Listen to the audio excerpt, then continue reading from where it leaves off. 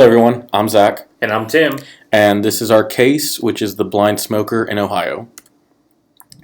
Facts of the case: Bill is a 45-year-old blind smoker and has been blind his entire life and has smoked his entire adult life.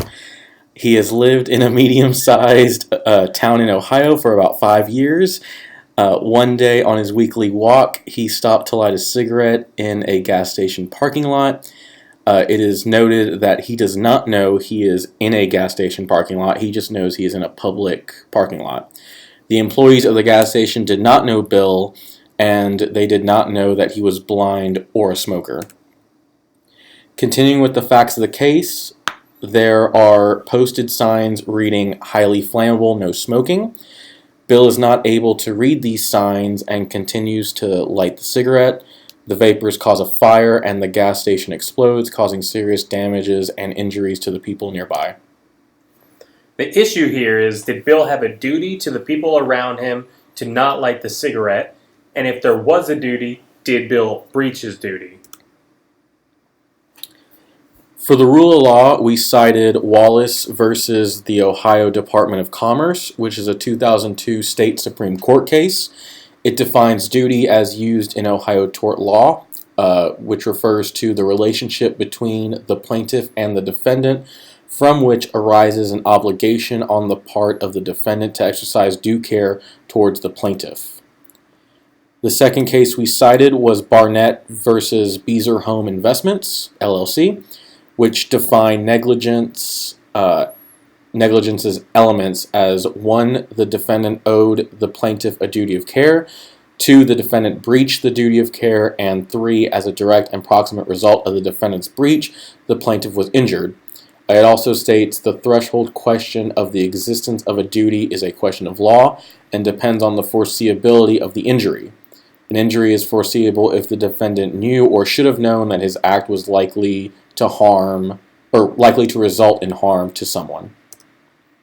The application here is that since Bill has been blind his whole life and nobody notified him that he was in a gas station, Bill could not have read the sign warning him about it being a non-smoking area.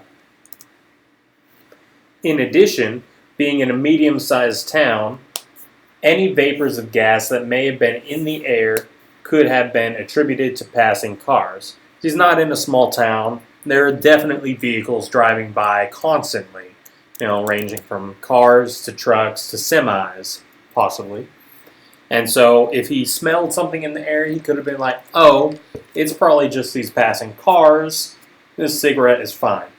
So therefore, since the existence of duty is a question of law, and it depends on the foreseeability of the injury, Bill was unable to foresee any injury, and in turn has no duty to the plaintiffs, which means there is also no breach.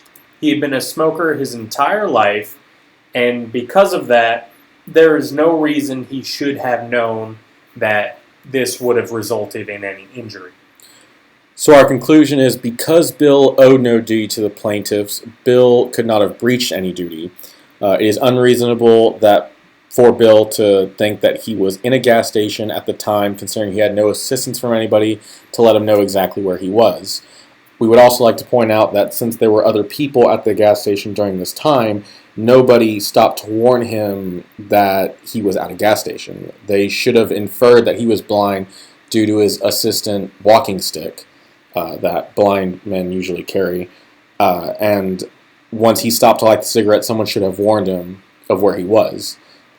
Yeah, since nobody told him he was in a gas station, nobody warned him that it might ignite the fumes in the air, Bill had no duty to the people around him to stop lighting the cigarette.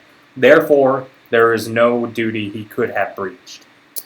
And that's our presentation. That's it. Have a good weekend. Thanks for watching.